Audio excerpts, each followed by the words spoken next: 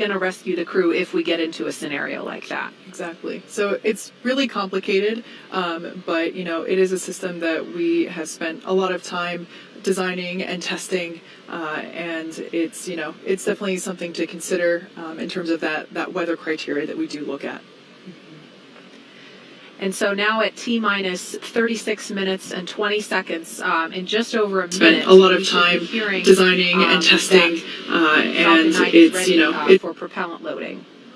That'll be with the RP-1, which is rocket grade kerosene, and then also simultaneously the liquid oxygen loading will begin.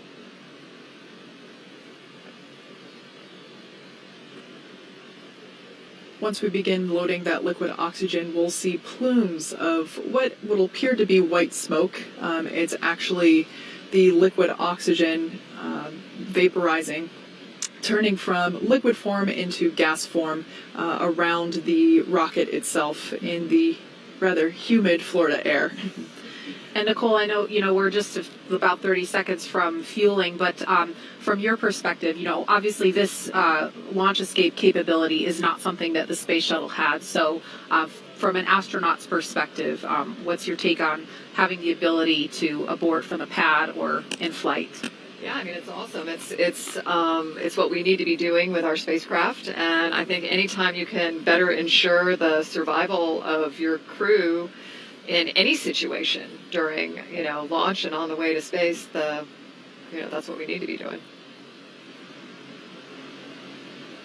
Launch sequence has started. Propellant load has started.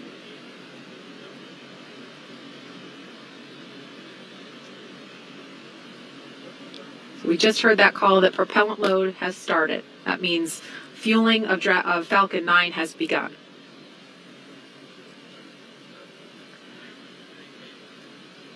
Okay, so we are now at T-minus 34 minutes, 34 seconds and counting. Fueling of Falcon 9 is underway. The launch escape system is armed. And again, today is the first in a series of 6-month missions for NASA's Commercial Crew program. And the Dragon capsule was loaded with propellants about a week and a half ago, just a few miles down the road from us. Yeah, that's an area that we affectionately refer to as Dragonland. Yeah. Yep. And in order to fly, Dragon needs fuel and an oxidizer. So for the fuel we use, Kate, you're going to have to help me with these words. No I can't pronounce them. Yeah, so it's monomethylhydrazine, or MMH, and nitrogen tetroxide, or tetroxide, for also known as NTO, for the oxidizer. These are two propellants, a fuel and an oxidizer, that when they come into contact, they combust instantaneously. So it's a great propellant to use in spaceflight because you don't need an ignition source. So we use those propellants to maneuver Dragon on orbit, and those propellants super power the Draco engines, as well as the 8 Super Draco engines that would be utilized in the launch escape system in an abort scenario.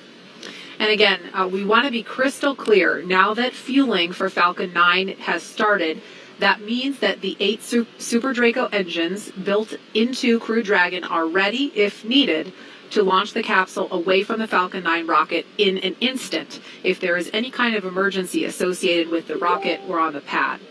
Now let's go over to SpaceX headquarters in Hawthorne for an operations update. John? Well, we are counting down those final minutes, and everything is still looking good for Falcon 9 and Dragon for an on-time launch just under 33 minutes from now. As you heard, Falcon 9 began propellant loading right on time at T-minus 35 minutes. Now, the propellants that feed the Merlin engines that power Falcon 9 are 2 liquids. One liquid is the fuel, the other is an oxidizer. And that fuel is a refined form of kerosene, also referred to as RP-1. Now, our oxidizer is densified liquid oxygen, also called LOX. Densified means it is kept much colder than typical for launch vehicles, and it takes up less volume. This allows for more oxidizer to be loaded into the first and second stages. Now, to ignite the fuel and oxidizer in the Merlin rocket engine, we use an ignition fluid called T-Tab. When T-Tab comes in contact with oxygen, it ignites, and it gives off a green-colored flame. Once we've got the flame going, we can then add the kerosene fuel into the chamber, and the engine goes to main power. You might see the green flash just as the second stage engine ignites, following stage separation 2 minutes 48 seconds into tonight's flight. Now currently we're early into propellant loading. The first stage fuel tank is about 10% full, and that first stage is the bottom 2/3 of the vehicle. You can see on your screen, you've got the black carbon fiber landing legs, then the white propellant tanks of the first stage, topped off by that black cylinder of the inner stage. Now liquid oxygen loading is also underway on the first stage. That loading will begin on the second stage, which you can see on your monitor, which is the cylinder, the white cylinder just above that black interstage. Liquid oxygen loading on stage 2 begins at T-minus 16.5 minutes, and we'll continue loading liquid oxygen on both stages until the last few minutes of the countdown. Helium loading into pressure vessels is also underway. We use that to pressurize the tanks in flight as the propellant is pulled out by the Merlin turbopumps. Now on board the Dragon spacecraft, the astronauts are monitoring systems while propellant is loaded into the Falcon 9. And the call out you just heard, ground loading and the crew know that helium loading is going on the vehicle right now. So as I mentioned, the astronauts are listening to this right now. As part of their training in the simulator, we also can give them the playback of sounds that we've recorded in Dragon capsule during recent flights. Plus, they also had a discussion with Bob and Doug after their flight, who related what their flight experience was like earlier this year.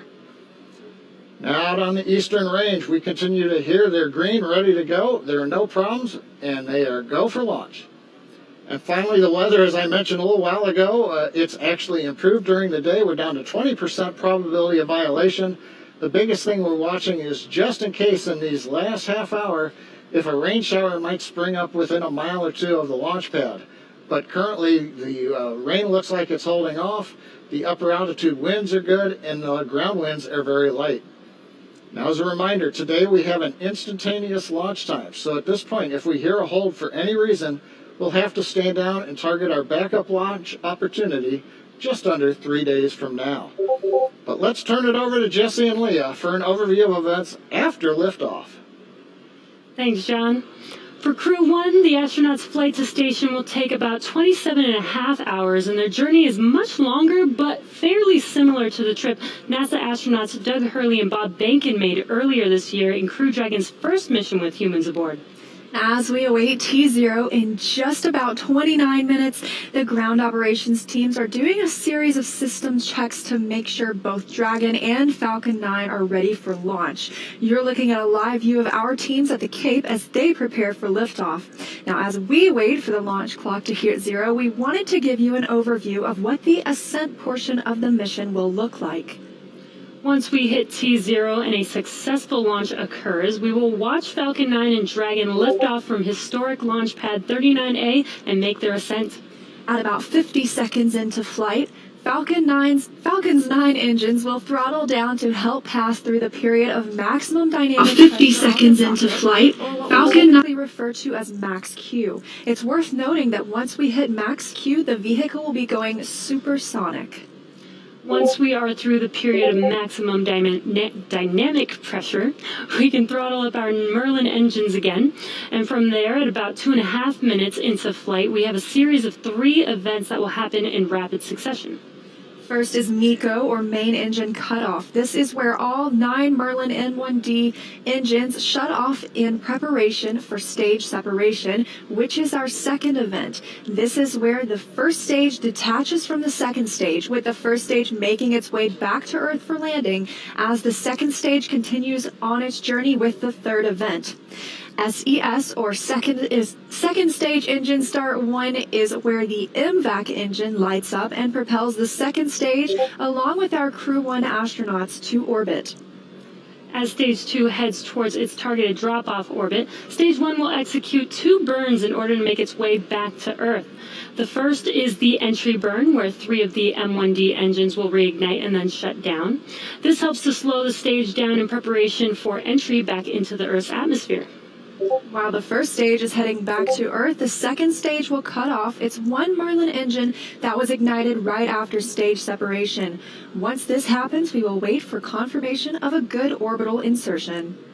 And about 90 seconds after Dragon gets into orbit, Falcon 9 will land back on Earth. The landing burn, which is a single-engine burn, will bring the vehicle's speed down rapidly in order to land on the drone ship about 9.5 minutes into the mission. While Falcon 9 first stage is landing, Dragon is preparing to separate from the second stage. At about 3 minutes after the second stage gets into orbit, we should have a great view of Dragon with its 4-person crew drifting away from the second stage. Once Dragon is a short distance away, it will begin checking out its Draco maneuvering thrusters to make sure Dragon continues to increase separation distance from the second stage. It's worth noting that these are not the Super Draco engines that would be used during an abort scenario.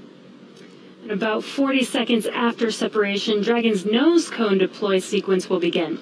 It will take roughly 4 minutes for the nose cone hooks to unlatch and open, exposing its guidance navigation controls, or GNC, that will help Dragon autonomously fly to the space station. And lastly, once the nose cone is deployed, the remaining Draco thrusters on the forward bulkhead will be checked. From there, over the next 27.5 hours, Dragon will begin its approach phase, undergoing a number of phasing burns as it makes its way to station. All of that will be coming up soon.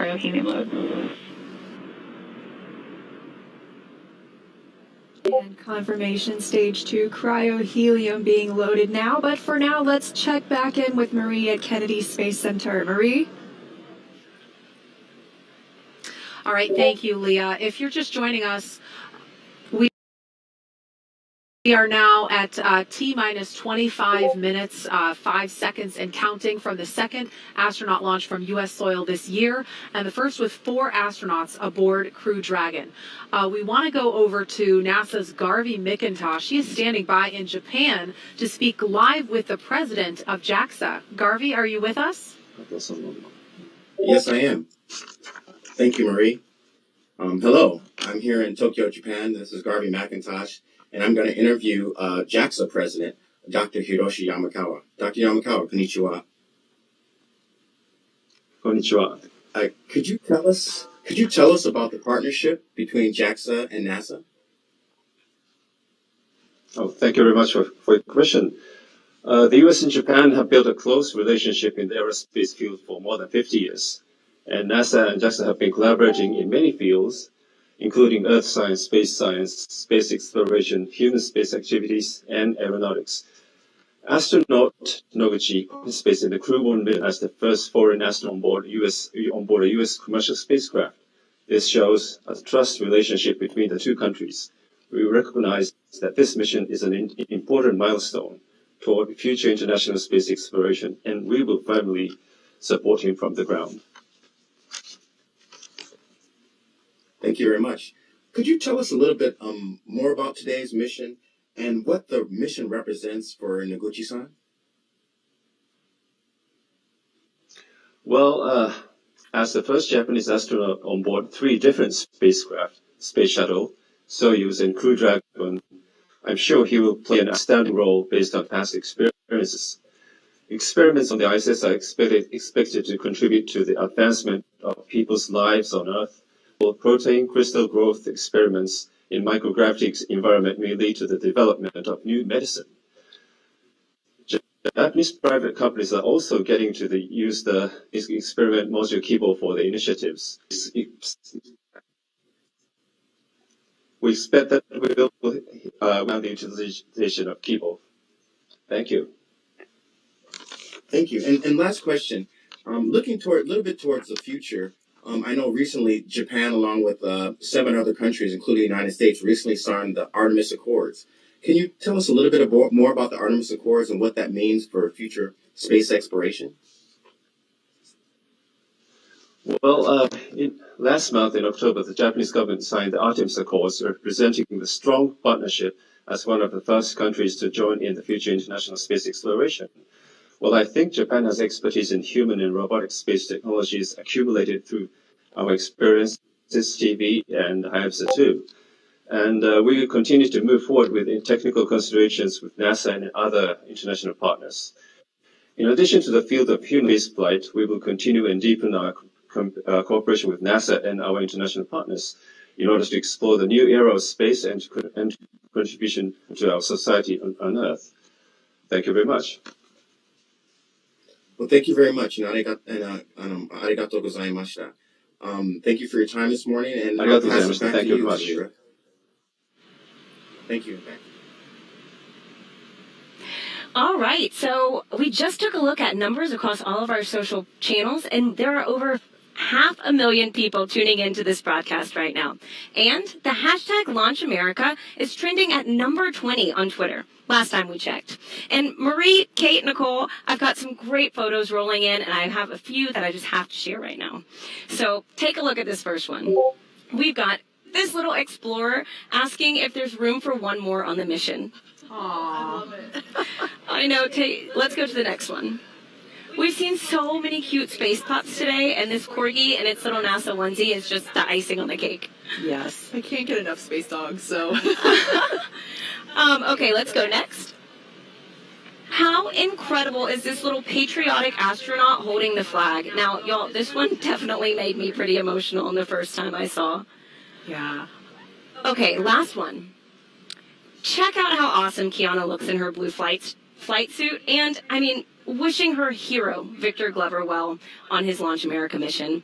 So, you've seen it there, and for those of you at home, thank you for sharing a piece of what this mission means to you with us. And in these final moments, let's check in with Shaniqua at Mission Control in Houston. Shaniqua, what's the latest?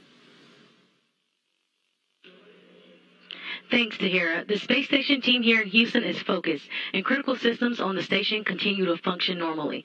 The teams have verified the command path from the ground up through the constellation of communication satellites to the station. Everything is nominal, and the station will be ready to receive Dragon tomorrow. NASA Flight Director Anthony Varia has been leading the operations planning between the joint NASA and SpaceX teams for the Crew-1 mission, and with the mission about to begin, he passed along this to the teams. No matter the spacecraft, our jobs remain the same. We will protect the crew, we will protect the vehicle, and we will perform our mission. We remain tough and competent. We operate with resilience. Anthony and team are on console here in Mission Control for launch and will be back tomorrow for docking. A reminder that a launch today will take about 27.5 hours to get to station. Docking Monday to the Node 2 forward port scheduled at 10 p.m. Central Time, 4 a.m. GMT. Once Dragon is fully docked to the station, the team here in Houston will assist the Dragon and space station astronauts with leak checks as they work to open hatches on both Dragon and inside the station's pressurized mating adapter. We expect hatch open to take approximately 2 hours after docking. That's it for us here in Mission Control Houston. I'll send it back over to the team in Florida. Marie? All right, thank you so much, Shaniqua. We are inside of T-minus 19 minutes until launch.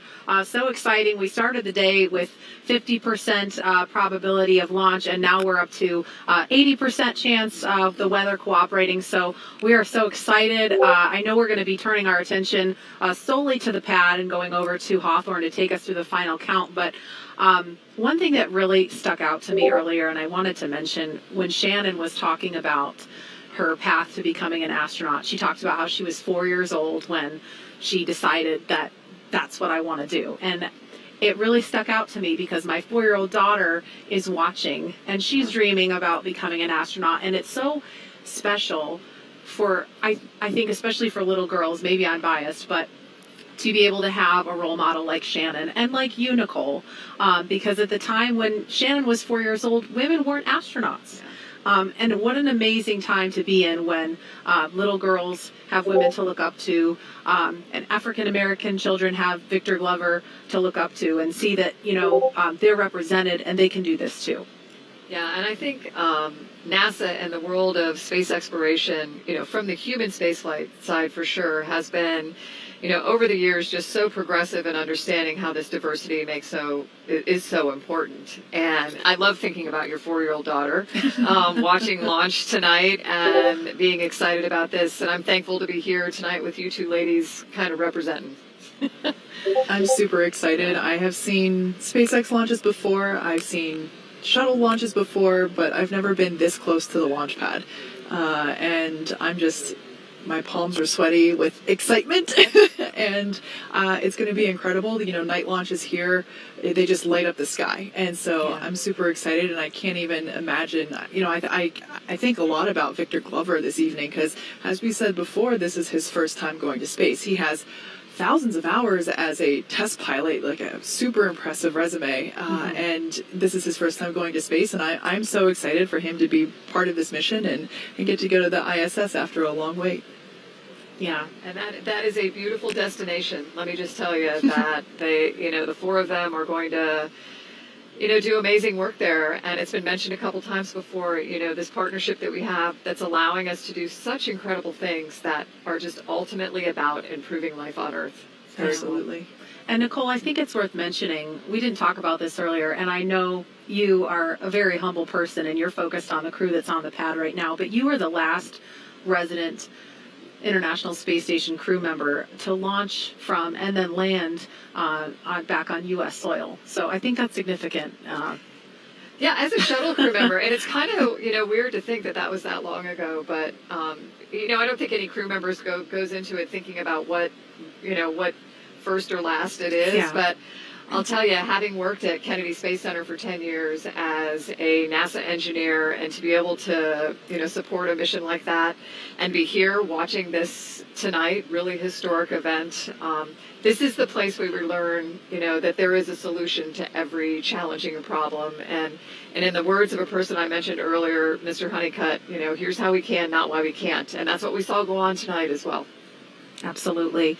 And with T-minus 15 minutes, 10 seconds and counting to liftoff, we want to focus in on the pad as we proceed through the final stretch of the countdown. We will turn it over to Hawthorne to take us through launch at 7:27 this evening, Eastern Time. John? Thanks, Marie. As Marie mentioned, everything is looking good for launch of Falcon 9 and Dragon. It's going to come at 27 minutes and 17 seconds after the hour, just a little under 15 minutes from now. We began propellant loading on Falcon 9 on time at T-minus 35 minutes. You may have heard earlier the call out, the fuel is completely loaded on the second stage, so the RP1 kerosene fuel is complete. We also got the start right on time 2 minutes ago of liquid oxygen loading onto the second stage. Now on the first stage that you can see with the white plumes coming off of it, fuel loading is continuing. We're about half complete with fuel load. That'll finish in 8 minutes at T-minus 6. Now densified oxygen, the liquid oxygen, continues to load on the first stage. That'll come down and finish about T-minus 3 minutes. And then, as I mentioned, the second stage has just begun liquid oxygen loading just 2.5 minutes ago. That will continue all the way down to T-minus 2 minutes. Now, currently, eastern range is go. Everything continues to look good. And the weather, as we said, has continued to cooperate. You can talk about it. You can't do much about it. But tonight, it looks like all conditions are good on the weather. And finally, Dragon. The Dragon mission director and team, they are reporting no issues. They've completed the communication checkouts earlier in the countdown. You can see the crew access arm is retracted away. What you have left now is just the strong back alongside of Dragon you can see on your monitors. We have armed the launch escape system. The crew is strapped in and they are ready to go. Their next major event's coming up at T-minus 10 minutes. They're going to get final instructions relayed to them. The crew displays will be configured for launch, and that allows the crew to get insight into how launch is proceeding and provides constant updates on vehicle health to the crew that you can see on the right-hand side of the monitor. The crew will also at that time close their visors in preparation for launch. Now at T-minus 5 minutes, we'll be in terminal count, and Dragon will transition to its internal battery power. We'll hear continued call-outs on the countdown net as we get close to 0 and to liftoff. But right now, 12.5 minutes to go, everything looking good. Leah and I will be commenting, but we're going to let you listen into a lot of the discussion and just enjoy the last 12 minutes of the countdown as we head for liftoff again, 27 minutes, 17 seconds after the hour. That's right, John. It's so exciting. Only 12 minutes, 13 seconds until liftoff now. And just some things that you can look for, especially upon ascent. You'll be hearing some performance calls as we get into the final countdown and then after liftoff. These are SpaceX flight controllers. They're reporting the trajectory, the speed, the booster performance, and some of the key milestones for Falcon 9 and Crew Dragon on the way uphill. It's about a 9-minute ride to orbit, and a few minutes after that is when we'll see Crew Dragon separate from the second stage and begin flying free on its own. Some of those other calls you'll hear upon liftoff are number and letter combinations. These mark different abort zones throughout the flight. The first two are 1A and 1B. This signifies they're in the first stage, and that will last until they're up to the very north of North Carolina. The next are 2A through 2E or 2 Echo. Those will come into play once the second stage kicks in. That lasts from the top of North Carolina all the way to the tip of Newfoundland in the northern Atlantic. There's also a spot we want to avoid in the northern Atlantic, and so you might hear the call Shannon or forward to Shannon. Of course, that's not to be confused with our crew member Shannon Walker today, but that actually refers to Shannon, Ireland. It means they would target off the coast of Ireland if they were later in that second stage and needed to abort. But that next call out we're listening for to the crew should come up at T-minus 10 minutes that the crew displays. Those 3 panels in front of our astronauts will be configured for launch. Now just 10 minutes and 35 seconds to go until liftoff.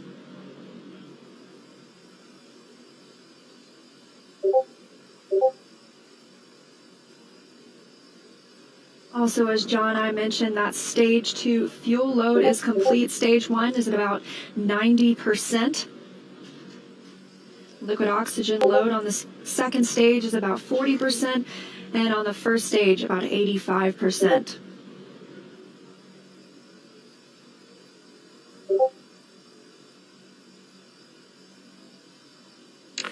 Dragon, SpaceX, confirm crew displays are configured for launch.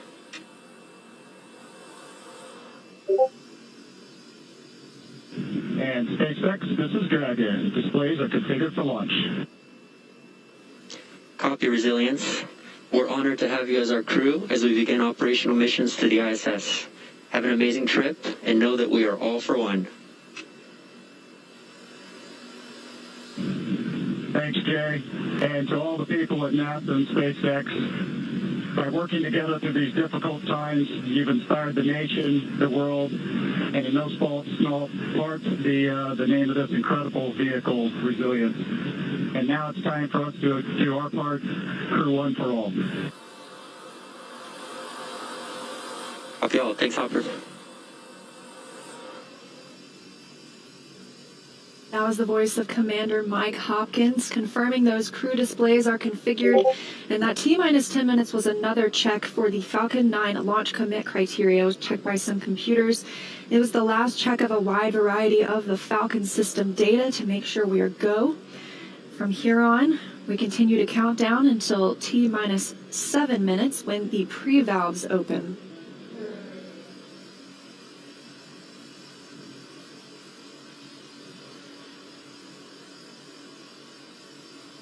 T-minus 8 minutes, 30 seconds and counting. As Liam mentioned, the next major event at T-minus 7 minutes, we will open the pre-valves. Currently, the Merlin engines on the first stage are isolated by valves that are between the propellant tanks and with the Merlin engines. We'll open the pre-valves. That'll allow us to begin passing a small amount of liquid oxygen through the inlet of the turbo pumps. That'll chill them down to get them ready for when we bring the pumps up to full speed at T-minus 2 seconds. We want to make sure that the pumps are chilled so that there's not any opportunity for the liquid oxygen to possibly get in contact with a warm pump and turn into gas, something you want to avoid on a turbo pump. 7 minutes and 40 seconds now to liftoff. We're still watching those fuel levels tick up, and in the first stage, we're almost at 100% of that densified kerosene. As we mentioned, second stage is full. First stage fueling should be complete for that RP1 at about T-minus 6 minutes.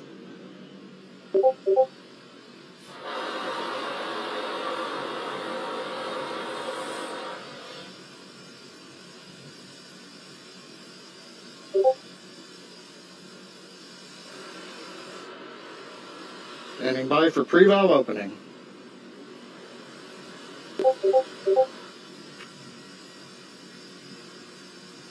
Stage 1 engine chill has started.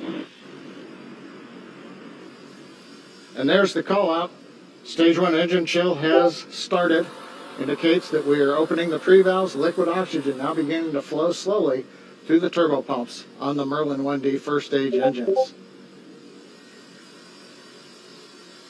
Next call out should be in about 30 seconds from now. We'll be looking for stage 1 RP load complete. That's the densified kerosene, that fuel on the first stage, already full on the second stage, and we'll still be loading liquid oxygen up until about 2 minutes prior to liftoff on the second stage.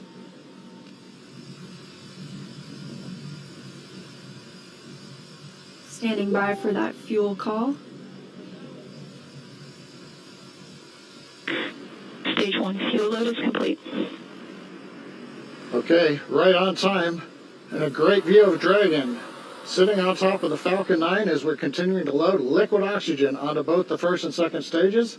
The RP1 kerosene fuel is now completely loaded on both stage 1 and stage 2. All continues to go well, just under 6 minutes to launch.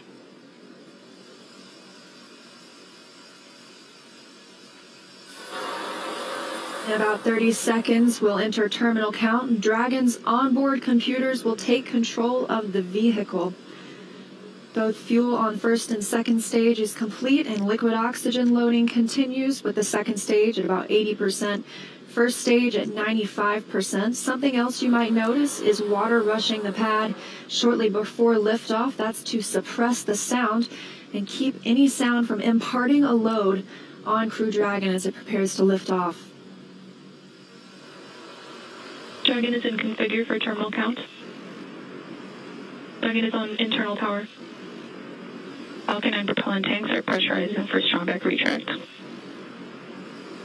Good confirmation that Dragon is on internal power, and now we'll be looking for a major milestone before we launch today. That'll be the strong back retract. John, you want to tell us a little bit more about that? Yeah, Leah, if we get a close-up of the Dragon at second stage, Strong back is retracting.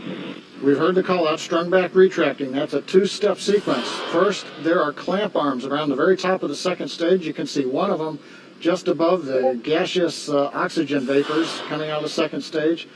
Those arms will open up, and then just inside of T-minus 4 minutes, once the arms are released, we'll begin to retract the strong back alongside the vehicle. It'll move back 2 degrees in position, and by about T-minus 3.5 minutes, we ought to be finished with that. The strong back will retract to 45 degrees away from the rocket once we hit T0 as part of the liftoff sequence.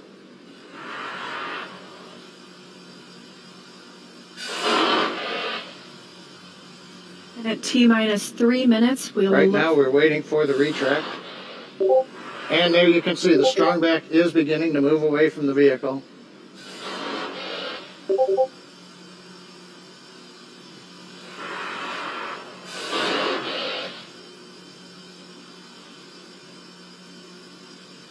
it looks like we are just about into the required pre-launch position, just a couple of degrees away from the Falcon 9 and the Dragon capsule. But right now, T-minus 3 minutes, 8 seconds, everything continues to be go on Dragon and Falcon 9.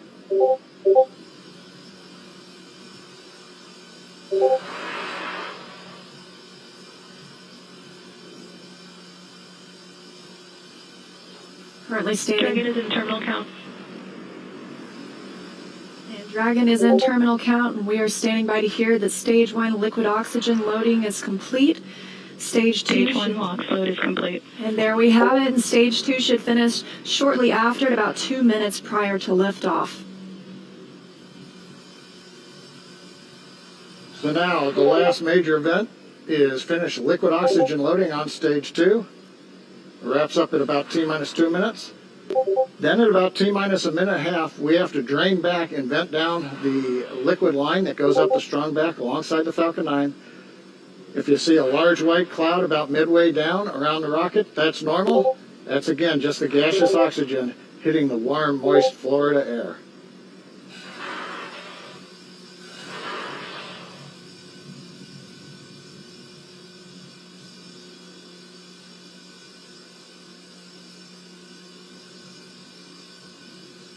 Stage 2 LOX load is complete.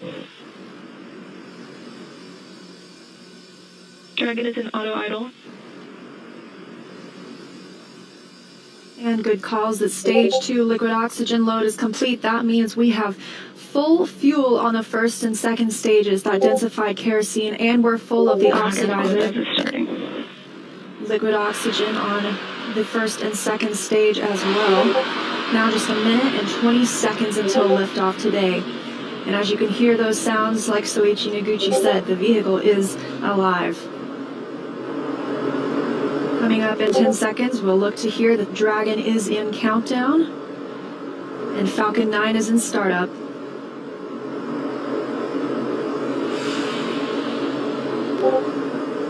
Dragon is in countdown. FD is armed. Falcon 9 is in startup and is now controlling. 50 seconds now until liftoff. That FTS you heard is flight termination. SpaceX, go for launch. SpaceX, this is Resilience. Roger, go. Go for launch, and at 37 seconds, the International Space Station flying over Kennedy Space Center. Crew-1 for all. Crew Dragon poised to go catch it.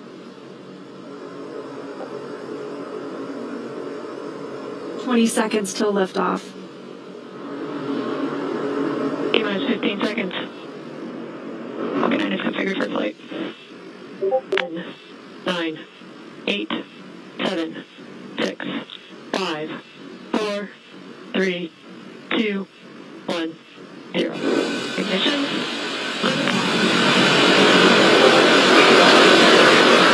And resilience rises. Not even gravity contains humanity when we explore as one for all.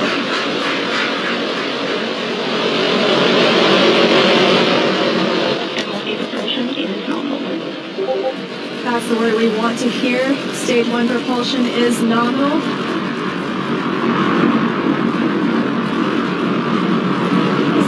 Seconds into this historic mission, flying crew on board Dragon and Falcon 9. Stage 1 is preparing to throttle down. This is in preparation for max Q, which is maximum aerodynamic pressure. Stage 1, throttle down. There's that call out for throttle down. Power and telemetry continue to be nominal for the vehicle, now traveling at 262 meters per second. Falcon 9 is supersonic. As I call out that Falcon 9 is supersonic, and we will be passing through max Q here shortly, the largest structural load during ascent. Max Q. There's that call out. That Falcon has passed through max Q. One Bravo. And we've just entered Stage 1 Bravo aboard mode. That's going to take them through the end of the first stage burning just before second stage activates off the coast of North Carolina.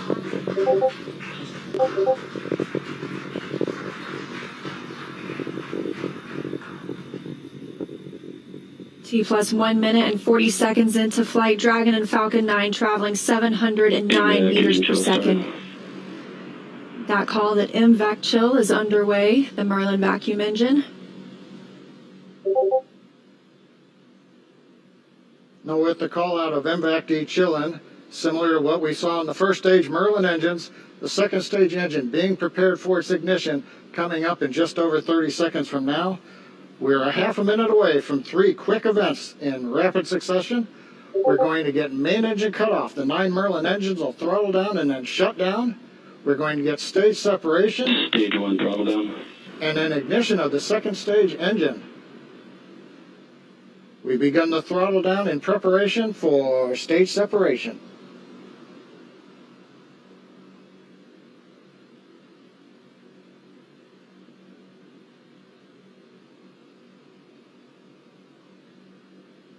And we have Two Alpha. Stage separation confirmed.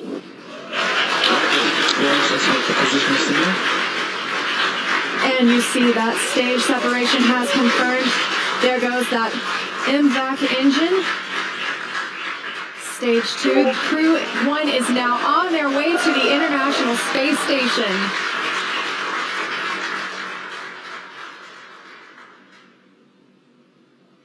On the right side of your screen, you see stage 2 continuing to burn. Over on the left-hand side is stage 1 preparing for its return to Earth.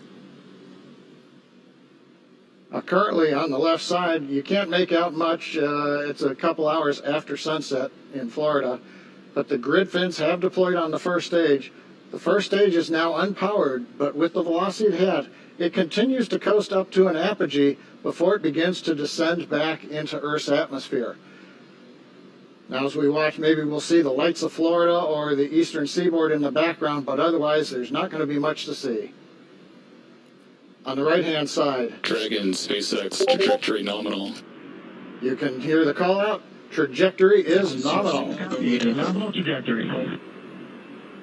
And we've heard the call out Bermuda. That means Bermuda ground station has the signals from the second stage of the Dragon and Falcon 9. We're still continuing as stage 2 burns to listen for those abort zones. We are now in 2A through 2E to Echo, taking us up over the northern Atlantic.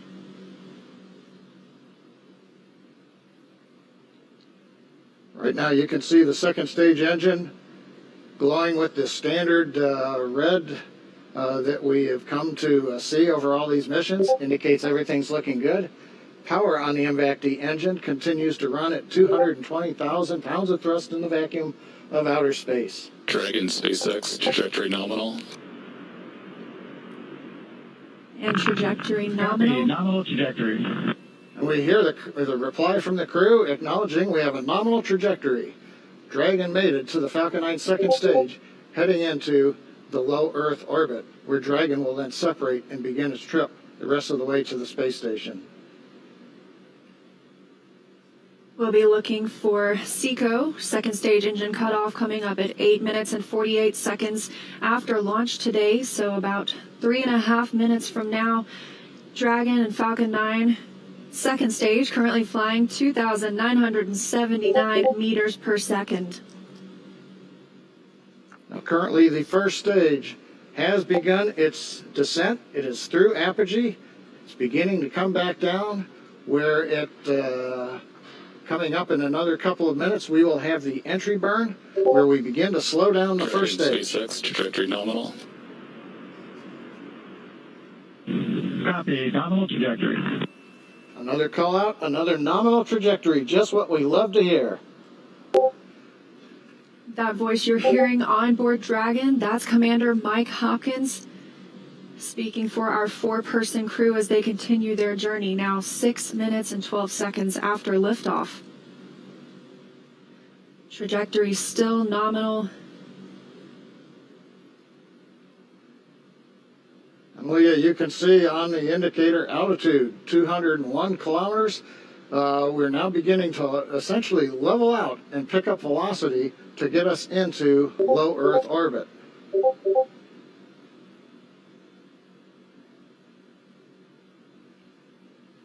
We're a little under 1 minute from the ignition for the entry burn on first stage. And we're about 2 minutes away. Dragon, SpaceX, trajectory nominal. Copy, nominal trajectory. Great news, now 7 minutes after launch. Second stage engine continues to burn, everything looking good. And we'll see that continue to burn for another 1 minute and about 38 seconds.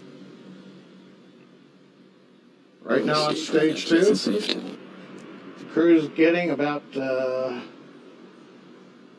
little more than 2.5 G's of acceleration. First stage preparing to ignite for the entry Stage 2 burn. FTS is safe.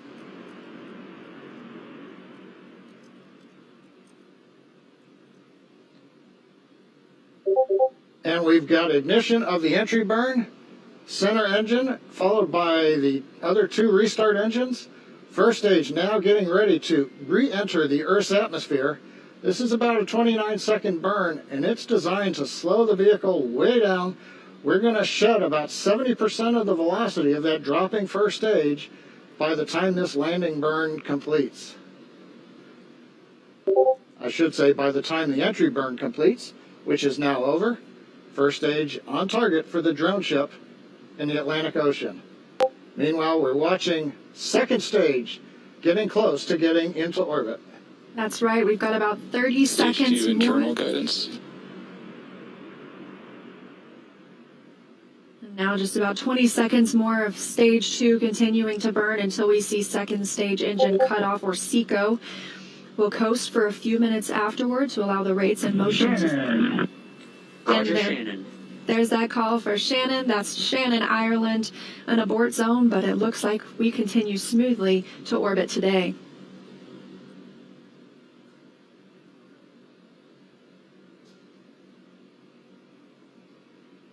AMVAC shutdown. And we've got shutdown of the second stage engine on time. Dragon SpaceX, nominal orbit insertion. Launch escape system is disarmed. And SpaceX copies. And Leah, the words we like to hear, a nominal orbit insertion.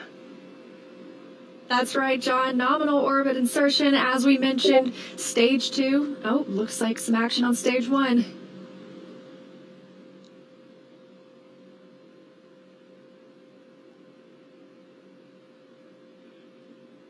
And I believe we've had a touchdown on the drone ship. We've got stage 1 has touched down on the drone ship in the Atlantic Ocean. But now the more important news, second stage is in orbit, right where we want, right on time. And we're getting ready for our next major activity, which will be Dragon spacecraft separation. Now, currently on the second stage, we are essentially venting pressure, purging the engine out, making sure everything is quiet in preparation. Take a look. That's inside Crew Dragon right now. Our Crew-1 crew now coasting in low Earth orbit, still attached to that second stage. In just a couple of minutes, we should see that second stage separate, and Crew Dragon will be flying free. Leah, the mission timer shows 90 seconds to Dragon separation. Currently, Dragon is flying at 27,000 kilometers an hour.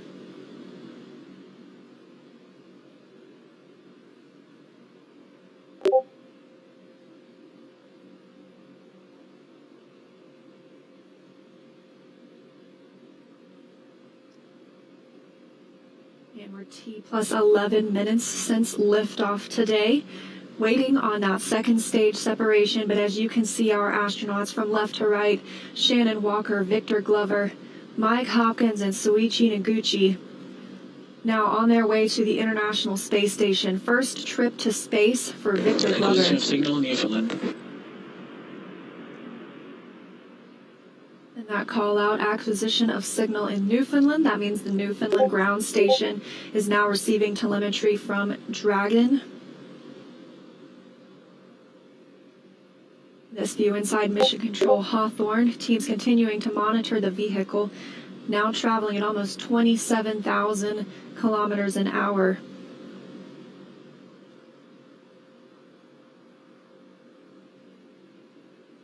Ten seconds to Dragon separation.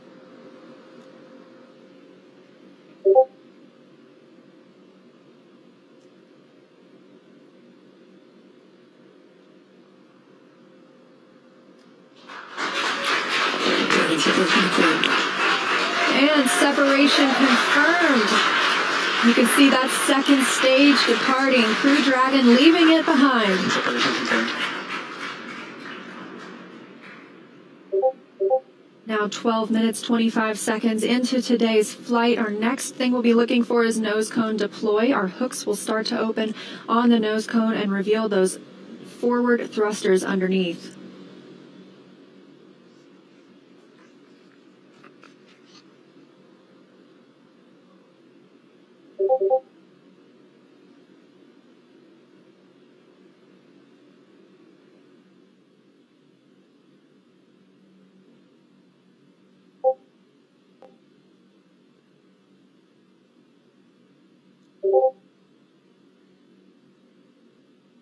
13 minutes into today's mission, the view on the right-hand side of your screen coming from Crew Dragon. We had that short look at the second stage as it departed. That second stage will burn up upon re-entry into Earth's atmosphere.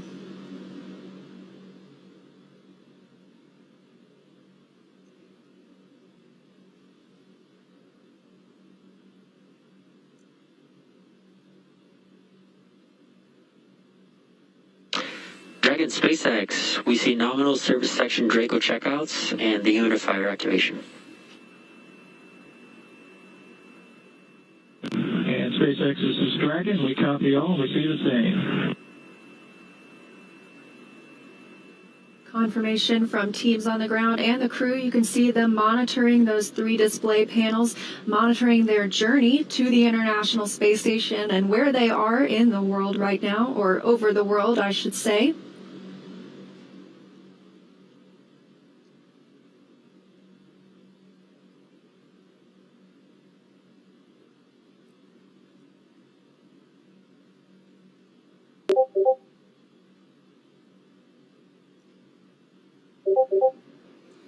Well, we're in 14 minutes, 25 seconds since it was a great liftoff. Everything happened. We had a nominal insertion into low Earth orbit. You saw Dragon separate. We got the Draco checkouts were good. And right now we're hearing the nose cone hooks are opening up. Everything is happening right per the procedure. And we've got Crew-1 successfully on orbit. So with that, let's head over to our counterparts at Kennedy Space Center. Marie, how was that launch for you all there on the ground? Oh my gosh, John, it just took our breath away. I mean, we could just turn right around in our seats and watch. We got up away from the desk to get a better look. And then we actually could see the booster coming back down. Yeah, that was outstanding. Outstanding. And I don't even know what to say. High five. We're like high-fiving through the shield here. High five. My husband texted me a picture of my daughter watching liftoff. It was just, I'm emotional. Seeing that, and we went on the first attempt. How often does that happen in human space flight? As it should. I'm very happy. It has been a long day, but just to be able to stand there and actually feel the rocket pounding the air around you was just incredible. And then looking at the light too long, I couldn't see the MVAC ignition, so I still have spots in my eyes. And then the views inside the capsule too, with the 4 of them, looking kind of mellow, but you could see Victor's kind of letting his arms do a little bit of the floating thing. I bet he cannot wait to get out of his seat. Well, he's going to get a chance to here shortly. So he's officially on his way on his first space flight. So Incredible. Victor, Mike, Shannon, and Soichi are now on course to arrive at the International Space Station just tomorrow, Monday, November 16th, around 11 p.m. Eastern Time. And we're going to stay live on air for continuous live coverage along their entire ride to station. Though our coverage here at Kennedy Space Center will conclude, we're going to turn it over to the teams in Hawthorne and Houston to take us through the next phases of the Crew-1 mission, all the way through hatch opening and a welcome ceremony for the crew. Now, for those of you watching online via YouTube, take a look at the description below the video. There you'll find the new link for our Crew-1 rendezvous phase, and we'll be continuing live coverage at that new location shortly. But if you're watching on NASA TV, like my parents, you won't notice a thing, and your coverage will continue. That's right. And as you follow along, we also invite you to tune into a post-launch news conference at 9 o'clock p.m. Eastern Time, right here on NASA TV, where NASA and SpaceX will take questions live. And in addition to NASA TV, of course, you can always follow along on Twitter at @NASA and NASA.gov for continuous mission updates. We thank you all so much for watching. To all of our commentators, Nicole, special thanks to you My for being pleasure, here. ladies. Let's do it again. Oh, please, yes. Well, we'd love to have you back. Here now are some highlights from the incredible journey that's just begun.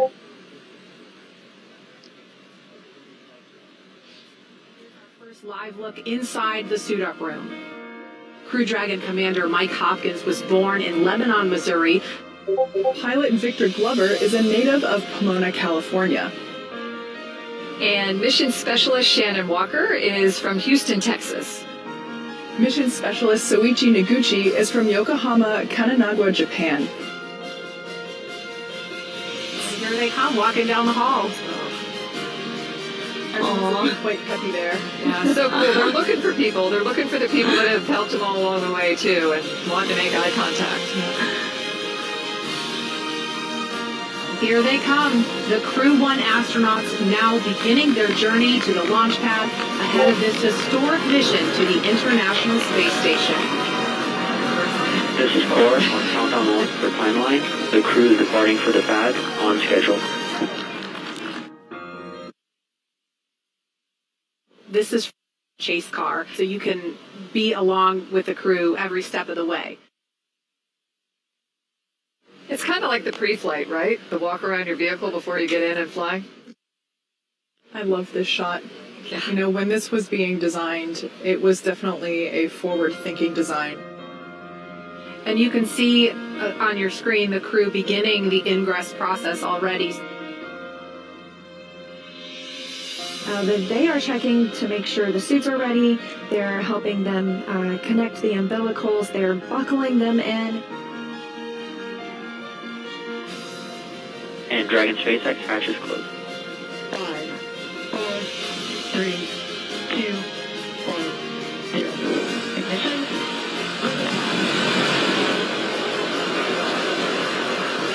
Resilience rises. Not even gravity contains humanity when we explore as one for all.